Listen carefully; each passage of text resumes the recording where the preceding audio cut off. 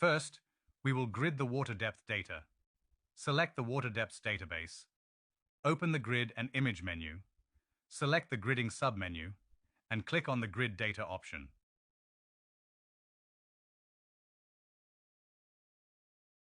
The Grid Data dialog opens. We will use the default minimum curvature gridding method. Click on the Data to Grid dropdown and select the water depth channel. The Grid Data dialog updates to show all related parameters and a preview of the grid. We will modify the output grid name and one gridding parameter. Don't use an output name like water depth at this point because we will use that name later. Within the output grid field, type an appropriate name, like lake depths. Within the cells to extend beyond data field, type 0.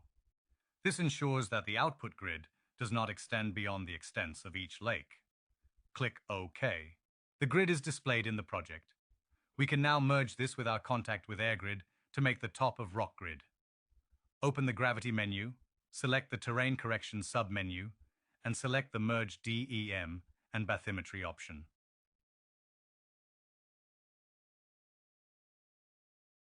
The Merge DEM and bathymetry dialog opens.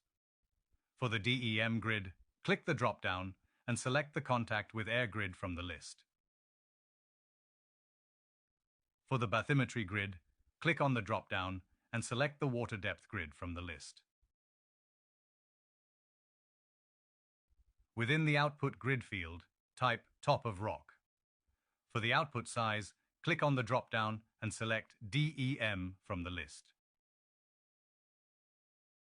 For the overlap, click on the drop-down and select DEM-bathymetry from the list.